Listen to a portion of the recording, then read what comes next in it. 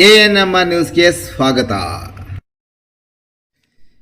EO S ಆನಂದರವರ ತಂದೆ ಸೊಣ್ಣಪ್ಪರವರ ವೈಕುಂಠ ಸಮಾರಾಧನೆ ಇಂದು.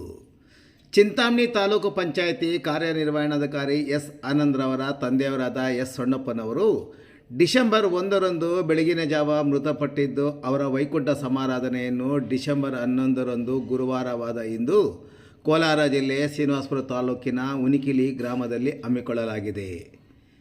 ತತ್ಸಂಬಂಧವಾಗಿ ಉತ್ತರ ಕ್ರಿಯಾದಿಗಳು ಗುರುವಾರ ಬೆಳಗ್ಗೆ 11 ಗಂಟೆಗೆ ಪುಣ್ಯಾಹ ಮತ್ತು ಮಧ್ಯಾಹ್ನ 12:30 ಗಂಟೆಗೆ ವೈಕುಂಠ ಸಮಾರಾಧನೆಯನ್ನು ಶ್ರೀನಿವಾಸಪುರ ಉನಿಕಿಲಿ ಬಡಾವಣೆಯಲ್ಲಿರುವ ಅವರ ಸ್ವಗೃಹದಲ್ಲಿ ಏರ್ಪಡಿಸಲಾಗಿದೆ.